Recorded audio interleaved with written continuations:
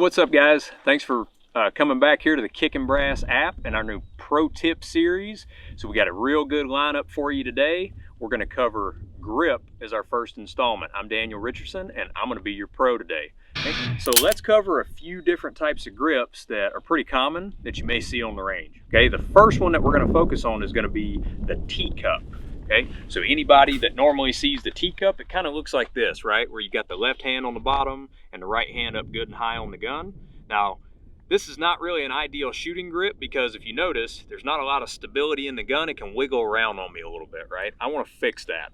This is going to cause a lot more of a violent recoil impulse, especially for all you newer shooters out there. You're going to have a much harder time controlling your pistol with a grip like this. Okay, so you see it out there on the range. It's not necessarily that it's a bad grip. It's just not ideal for shooting, especially at a rapid pace. Okay, so the teacup grip, okay, that's no bueno.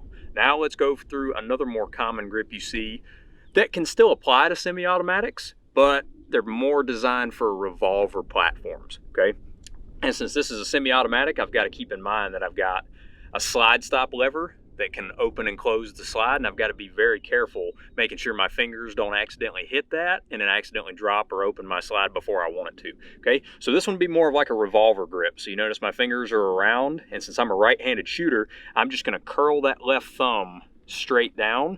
Now you notice what this does is this gives me a little more control over the bottom part of the gun, so I've got a little more stability, but we still have that up and to the left recoil impulse because I still have surface area that I haven't filled yet, right? So think about these guns when they shoot, they're going to go to path of least resistance. They are going to recoil where you don't have contact on the pistol, okay? So again, I've got about 3/4 of the job already done, but I've still got areas that cause the gun to recoil up and to the left. Now that's a bad thing because I've got to pull the gun all the way back down, and it takes a lot more time to be able to find my sights again and get my gun back on target and be ready to shoot another shot. Okay, so this is more of a revolver grip, and this is pretty common on the range, and this will work, but it's going to take you a lot longer and a lot more technique, if you will, to be able to pull this grip off and not have any issues with your shooting. Okay, now let's go to a final grip that I want you guys to try to adapt if you can, especially if you shoot semi-automatics. This is going to be more of your double thumbs forward grip, okay? If you'll notice, still good and high on the gun. I've got this thumb up. I'm going to take my non-shooting thumb, my slide stop right there, I'm going to take that thumb and just try to marry it to that little lever.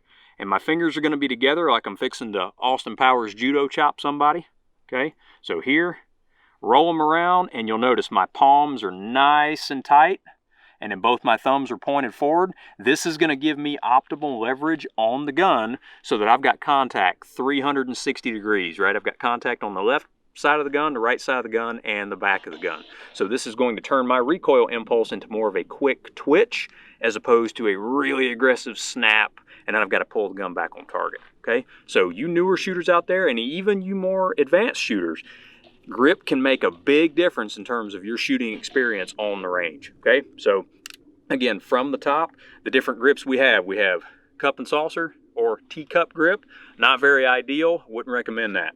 Double thumbs down revolver grip, you can get away with it, but it's going to take a lot more learning on your part and a lot more technical ability to be able to make this work, okay? And then finally, what I recommend and what I hope you guys can get comfortable with doing is high and tight, double thumbs forward, and allow the gun to just have a natural quick twitch, okay? Because the more control you have on the gun, the more enjoyable your shooting experience is going to be.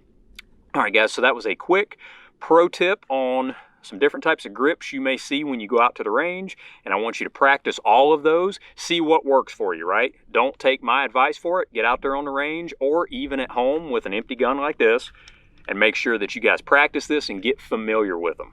All right, so guys, that was our grip segment of our pro tip series. Make sure you guys come back to the Kickin Brass app very soon for more instructional videos.